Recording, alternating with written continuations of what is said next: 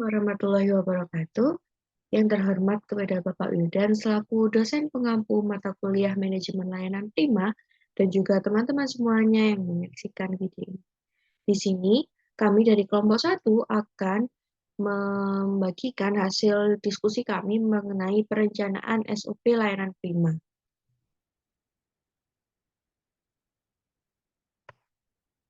Kelompok 1 ini terdiri dari saya, Vanilia Mediani, Fani Sukmarianti, Galan Raihan Montaro, Isvania Vendika Sari, Linda Nur Inayah, Maula Cahya Mentari, Muhammad Rizak Irsyadillah, Muhammad Kozinanda Pratama, dan Mutia Ratnakusuma. Nah, di sini kita akan belajar apa aja sih? Di sini kita akan membahas mengenai apa itu pengertian dari SOP layanan yang ada di sekolah. Kemudian tujuannya apa sih di adanya SOP di layanan sekolah ini? Kemudian yang ketiga ada fungsi SOP dan yang keempat ada apa saja jenis SOP yang ada di layanan sekolah. Yang kelima, dari SOP tersebut bagaimana perencanaan dan penyusunannya baik di layanan akademik dan layanan non-akademik yang ada di sekolah. Kemudian yang terakhir, bagaimana penerapan SOP, yaitu layanan akademik dan non-akademik yang ada di sekolah.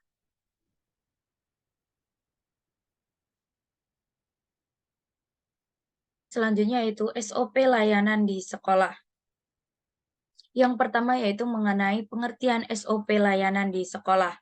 SOP pelayanan adalah suatu dasar kegiatan yang diciptakan secara kondisional yang berisi tentang instruksi pengambilan keputusan, tindakan, dan penggunaan fasilitas kerja supaya kegiatan pemenuhan kebutuhan konsumen dapat berjalan dengan efektif dan efisien. SOP ini bersifat mutlak dan mengikat seluruh anggota sehingga tidak ada anggota yang memilih jalannya sendiri.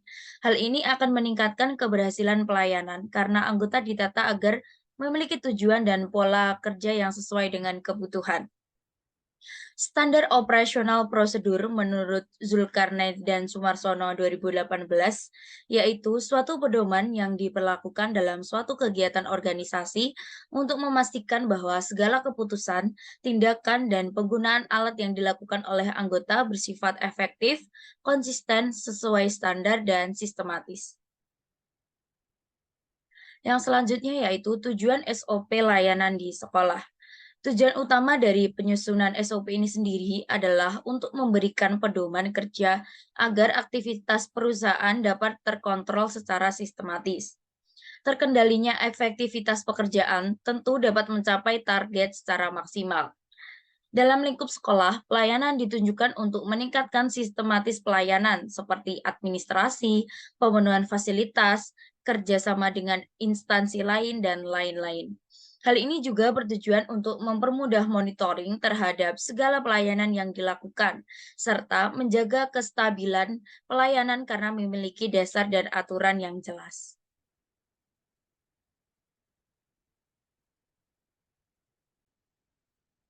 Tujuan SOP layanan di SMA Lab UM. Di SMA Laboratorium UM, SOP pelayanan ditujukan untuk memenuhi kebutuhan konsumen secara efektif dan efisien. Konsumen yang dimaksud di sini yaitu siswa, guru, dan masyarakat atau wali murid dan pihak instansi lain.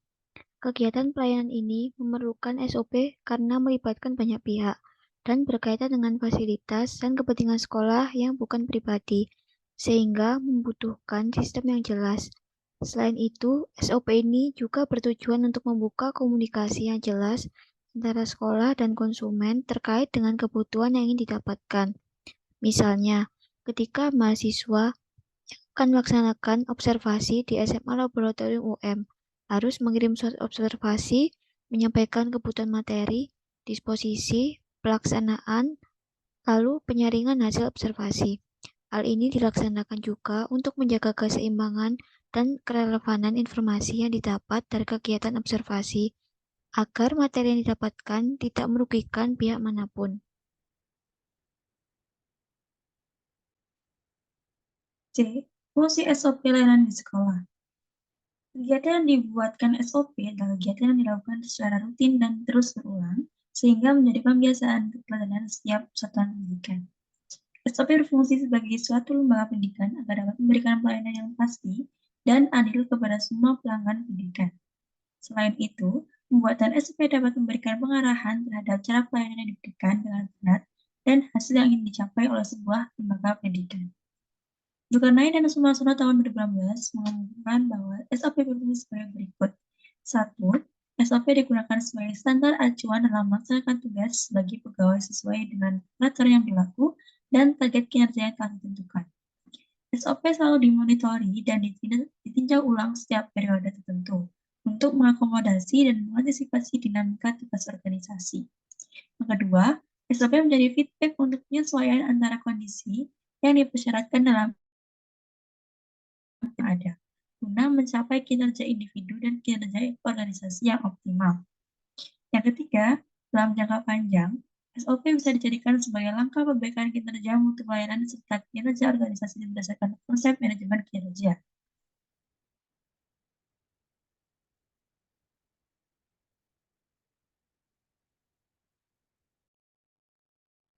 Baik, untuk selanjutnya yaitu jenis SOP layanan di sekolah. SOP berdasarkan jenis dan sifat kegiatannya dibagi menjadi dua, yaitu SOP teknis dan SOP administrasi. Menurut Rifka 2017, SOP teknis merupakan SOP yang menggambarkan dengan sangat rinci kegiatan perangkat atau operator dengan peran atau posisi. Dan SOP administrasi adalah prosedur standar umum yang tidak merinci kegiatan lebih dari satu perangkat atau pelaksana dengan lebih dari satu peran atau posisi. Selanjutnya yaitu SOP menurut cakupan dan besaran kegiatan. SOP menurut cakupan dan besaran kegiatan dikategorikan dalam dua jenis, yaitu SOP makro dan SOP mikro. SOP menurut cakupan dan kelengkapan kegiatan. SOP menurut cakupan dan kelengkapan kegiatan dikategorikan dalam dua jenis, yaitu SOP final dan SOP parsial. SOP final merupakan SOP yang berdasarkan cakupan kegiatannya telah menghasilkan produk utama yang paling akhir atau final. Dan SOP parsial merupakan SOP yang berdasarkan cakupannya kegiatannya belum menghasilkan produk utama yang paling akhir atau final. Selanjutnya akan dilanjutkan oleh rekan saya. Perencanaan dan penyusunan SOP layanan akademik dan non-akademik di sekolah. Perencanaan dan penyusunan standar operasional prosedur atau SOP perlu dilakukan agar lembaga dapat memastikan suatu standar berjalan sesuai dengan prosedur yang ada. Unsur-unsur dalam penyusunan standar operasional prosedur terdiri dari yaitu 1. Tujuan, 2. Kebijakan, 3. Petunjuk operasional, 4. Pihak yang terlibat, 5. Formula, 6. Masukan, 7. Proses, 8. Laporan, dan 9. Kontrol. Itu menurut Amina 2016.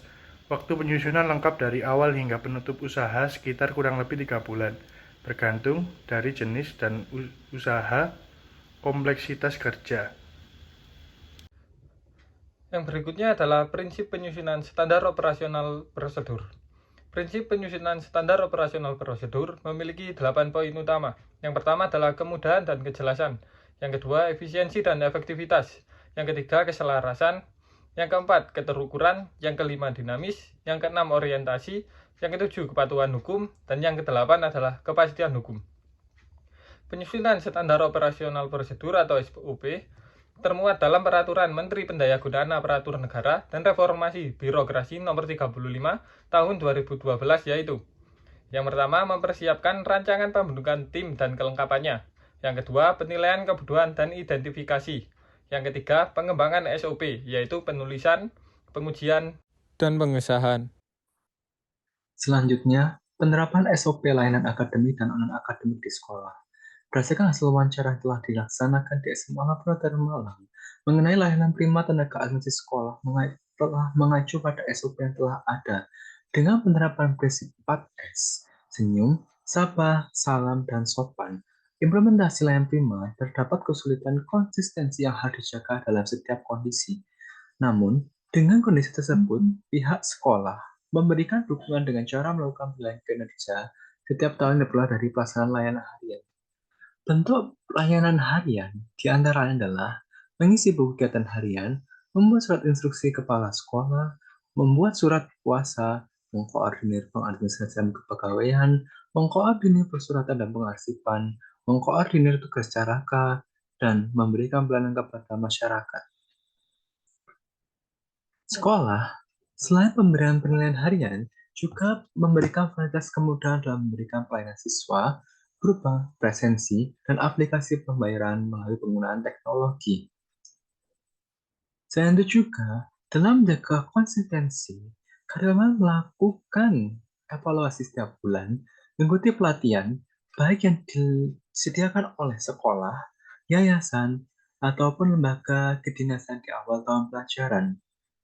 Hal tersebut sesuai dengan pendapat Zulkarnain dan Sumarsono tahun 2018 mengenai tujuan supervisi untuk memantau kinerja, mengidentifikasi permasalahan yang mungkin muncul dengan menyediakan dukungan dalam proses penerapan SOP. Pemberian pelayanan dalam implementasinya memiliki target juga alokasi waktu, baik program harian maupun bulanan dan semesteran secara tahunan. Sebagai contoh, bagi siswa baru, mengenai SOP pelayanan usaha telah dijelaskan pada saat MPLS atau masa pengenalan lingkungan sekolah. Jika siswa terdapat kesulitan dalam prosedur yang telah ada, maka akan dikaji ulang dan melakukan revisi. Hal tersebut sesuai dengan prinsip SOP, yaitu kemudahan untuk memahami layanan dapat diberikan petugas. Sekolah dalam mekanisme prosedur pelayanan bersikap terbuka dan menerima setiap masukan apabila ada hal yang perlu diperbaiki. Prinsip perbaikan berkelanjutan terlihat dalam upaya petugas untuk meningkatkan prosedur pelayanan dalam evaluasi diri untuk meningkatkan komitmen dan tanggung jawab dalam hal layanan akademik maupun non-akademik.